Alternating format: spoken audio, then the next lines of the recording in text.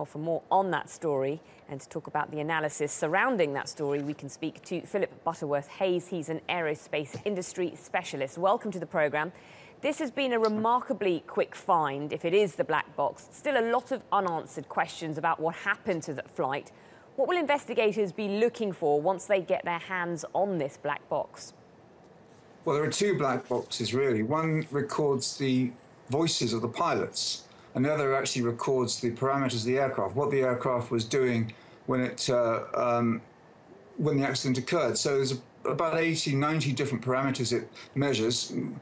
What was happening to the control services, what the pilots were doing. All those things can be captured, and if the recorders are in a good shape, they should be able to tell pretty quickly what happened. And how difficult will it be to locate it from the signal and extract the box? Presumably, it's thousands of meters underwater. Yes, well, these can withstand quite remarkable impact and depth. So basically, if you fly an aeroplane into the ground at about 300 miles an hour, or you crash it in water which is more than 3,000 meters deep, you'll still be able to locate and retrieve these boxes in a pretty good working order. So they are built to very high tolerances indeed.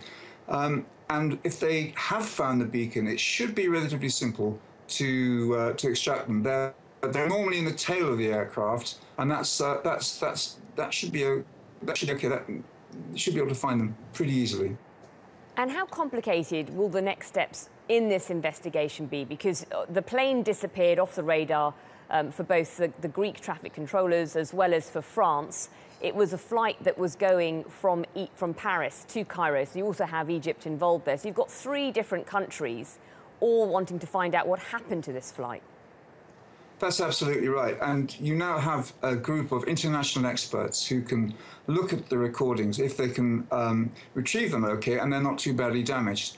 And together, because now it becomes a kind of community effort, everybody's working together now to look at the data and start interpreting what that data means. And there are various specialists there who can, for example, look if there is some damage, can look to repair that damage and make some pretty quick conclusions about what could have happened. So it is now a proper international effort underway.